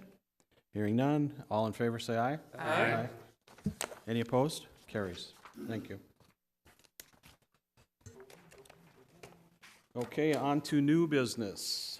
Item number 6 is resolution finding that the property acquisition, street improvements, and conveyance of property to the HRA in order to effectuate, that's a nice word, the construction of Richfield Parkway is consistent with the Richfield Comprehensive Plan. Thank you. The establishment of Richfield Parkway as a vehicular and greenway corridor extending from the city's northern border is an identified goal in the comprehensive plan. The area has been identified as a future greenway since the adoption of the Cedar Avenue Corridor Master Plan in 2004. The area immediately adjacent to the parkway, the 6,300 and 6,400 blocks of 17th Avenue, have been identified for future high-density multifamily housing. Plans are now in motion to move forward with the capital project known as Richfield Parkway Phase 2. The project includes reconstruction and widening of the road, construction of a separate bike trail, relocation of a sidewalk, replacement of utilities, and more. The project requires the acquisition of 12 properties along 17th Avenue. That's in addition to the 2 already acquired by the HRA. Excess property not needed for the parkway construction will be conveyed to the HRA for future redevelopment. Chapter 462 of the state statutes requires that whenever any public agency buys or sells property within the city, the Planning Commission must review the proposed use of the site for consistency with the comprehensive plan. That concludes staff's report. Okay, any discussion on this? Move we close the public hearing. I don't think There this- is no this public just hearing on no this public item. hearing. Right. So it's closed. In effect, it's closed. Ineffectuate. So, you can make a motion though if you wish. I make a motion that we approve staff recommendation. Okay? Okay, the motion is second. Discussion? Hearing none. All in favor, say aye. Aye. Any opposed? Carries. Thank you.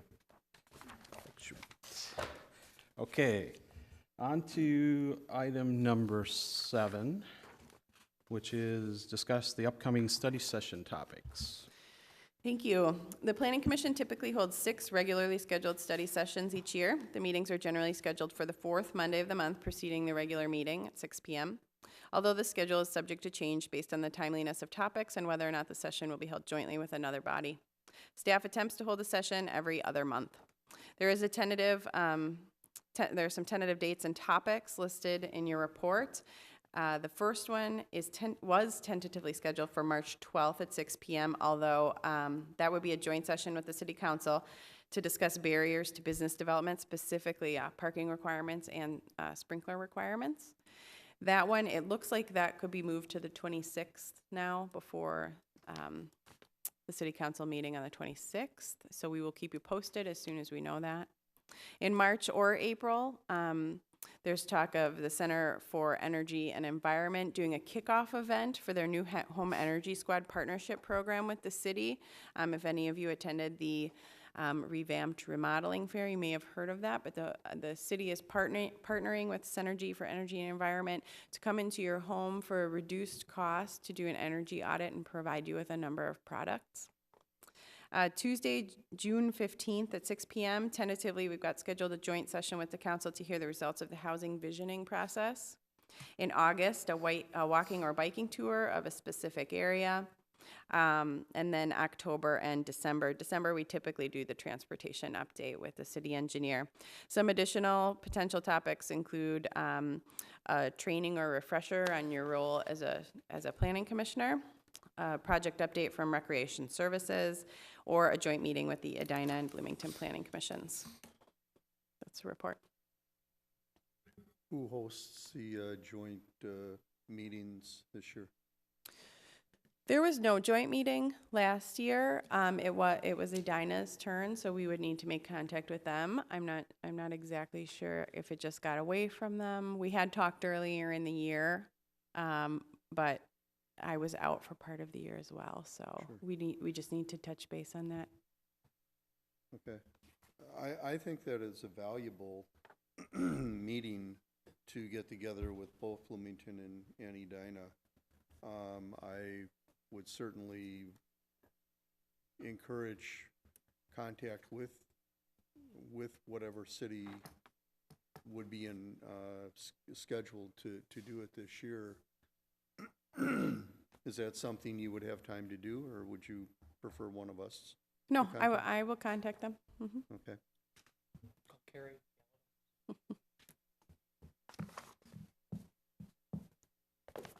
I think the other one, I think the recreation services one is of interest.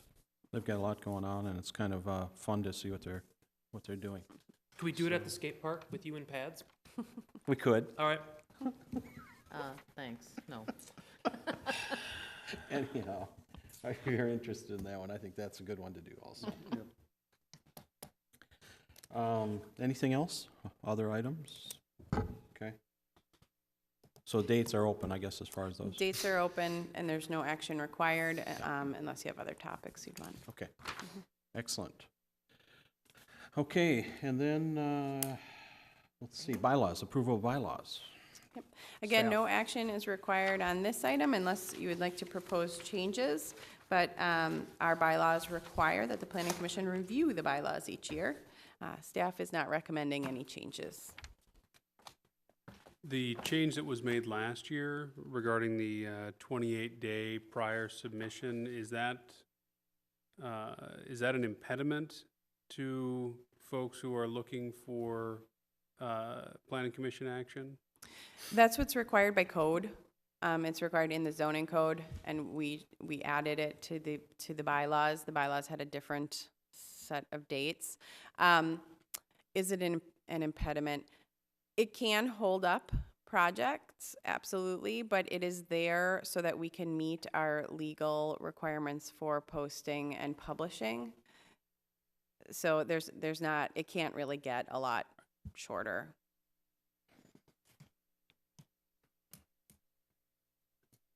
I would move that we accept the bylaws as currently written. Okay, second? Second. Okay. Any discussion? If not, all in favor, say aye. Aye. Aye. Any opposed? Carries. Thank you. Okay, next thing is to elect a chair for next year, or for this year, sorry, vice chair and secretary. The bylaws require that the Planning Commission hold an annual organizational meeting in February and elect a chairperson, vice chair, and secretary. According to the bylaws, a majority vote is necessary to first elect the chair, then to elect the remaining officers. Chairperson, vice chairperson, and secretary are to take office immediately upon election and hold office until their successors are elected next year. The chair is responsible for conducting all Planning Commission meetings and public hearings. The chair is also responsible for representing the commission and dealing with the city council and staff. The vice chair is responsible for the duties of the chairperson in the event the chair is absent. The secretary is responsible for taking brief minutes during the meeting and reviewing the minutes that staff provides. All approved minutes are signed by the secretary. The 2012 election results were Chairperson Jabs, Vice Chairperson Vizecki, and Secretary Kitzberger. Typically, we have just accepted nominations, and there's been an out loud vote. If the commission would wish to do secret ballot, we could.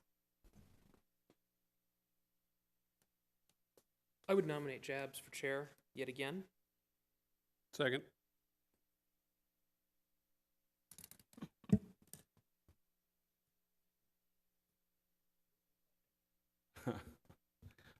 I would accept.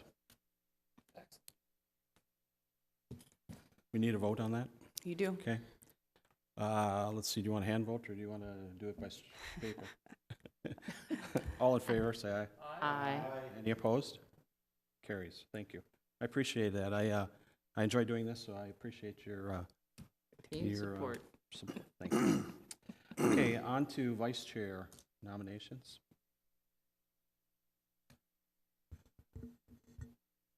I nominate Josh Root.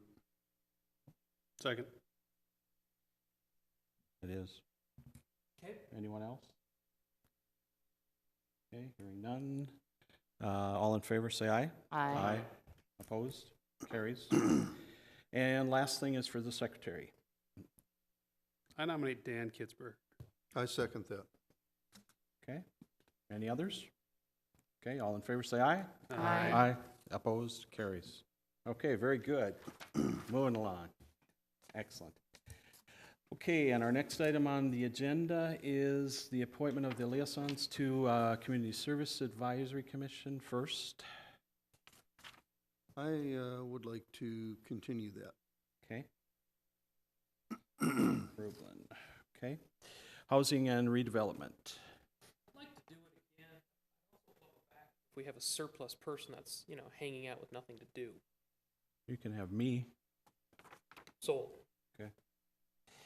I'm sorry, And- Commission, just backing up, we do need to approve an alternate to the community services as well. Okay.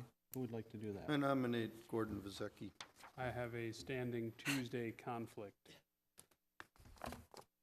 Scouts. It is. Susan, how about you as a backup for Sure. community services? Very good. There we go. That's excellent. And school board. Thank you. And transportation committee. I can do that. I will replace Maureen. Just as Okay, she's doing. good. Excellent. You got Okay. chair, I- you got- Very Chamber of good. Commerce. Did you assign a liaison for city council? Yeah, we missed that. I'm sorry. We did not. We decided it was the least important Is of it- all of them, so well- we're passing. Well, Commissioners Hall and Schuler served as co-liaisons last year, so perhaps Commissioner Schuler would like to do it again. We could ask at the next meeting. I think Josh just nominated him. I did indeed. Okay, okay. Yes, and if not, we'll Dennis, it we'll figure is. it out. That's what you get for having the flu. That's right. That's right. Okay, any old business? Okay. Let's see. Well, I'm just going to throw this under old business just so we get it out there. I wanted to let you know that League of Women Voters is having a open versus organized garbage systems forum. And it'll be on Saturday, March 23rd at 9:30 a.m. at the City Hall in the City Council chambers.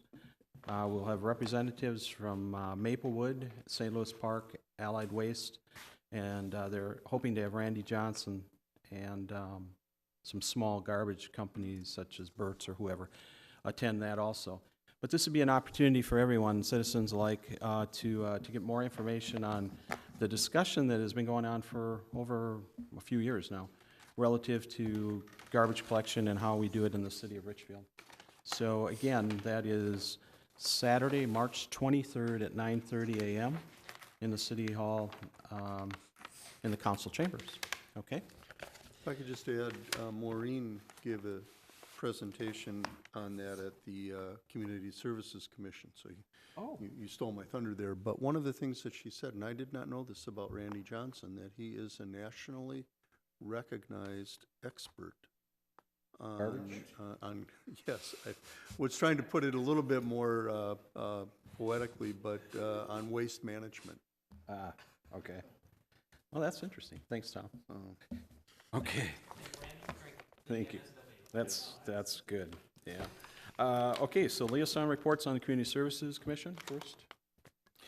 Well, that was one of the topics that was discussed. The other is that Jim Topetsoffer presented a topic under discussion that a minor league hockey team would utilize the ice arena, would enter into a contract with the city to use the ice arena, pay for that ice time and contributions to it. It would open the city up to exposure of some very good hockey.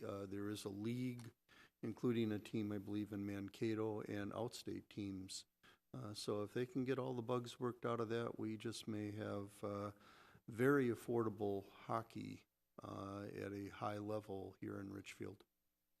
Yeah, I noticed in the Minneapolis paper, there's a little blurt on that, so that was excellent. Good to hear. City Council, anything? No. Housing and Redevelopment Authority, anything? No. No. Richfield School Board. There were a couple things at the most recent meeting. The district business manager gave a construction update. Most of it had to do with inside of buildings. The baseball park or the baseball field updates should be completed this spring. And the school board also designated their liaisons to a number of things, a number of community boards and agencies, and the City Council and Planning Commission's liaisons will be John Easterwood and Todd Nollenberger. Okay, thank you. Transportation Commission? I actually have an update for transportation, Yeah, not on fine. the commission, but on the special conglomeration of people that were looking at the 66 redesign. So the 66 redesign now, it looks, we're gonna encompass more than just the original east side portion. We're looking at stem to stern, as I'm gonna call it. Series of meetings, take that back, there have been 2 meetings up to this point, looking at sort of the wants and goals and wishes of this cross-section of the community. And then the second meeting was really kind of honing in on, you know, a little more specificity within those categories. How do we achieve some of these things? And then the third meeting, the consultants will be putting together an open house, and I don't remember when that was, but I remember it being something like a 4 to 6:30 kind of open house, a stop in on your way home from work kind of event, taking place here, and really kind of presenting the consultant's vision for at least a high level. This is where we're at today. This is how we think we could kind of incorporate some of those things, given the challenges of the of 66 and the variety of housing types and street widths and, you know, all the other hassles that go along with a city that was built, you know, kind of from scratch. And Chamber of Commerce, anything? Lots of fun stuff going on. You may have seen the Chamber get some a lot of positive press in the Sun Current regarding outreach efforts, as well as some CARE 11 interviews that have happened. And coming up tomorrow, or rather Wednesday, is the general membership meeting, February 27th. And the topic is social media for small businesses. Excellent. Okay, good. Any other item? Okay. I just want to put out one thing. I just commenting on the new Menards and obviously the fitness place as well. I was really happy to see after all was said and done that those streets remain pretty walkable and that they've done a pretty nice job of making sure that they're not so just walls. So compliments to both of them for getting that done and really following some of the things we had brought up and that were brought out in our discussion. So that was good. Anything else? Otherwise, ask for a motion to adjourn. So moved. Okay. All in favor, say aye. Aye. Thank you very much.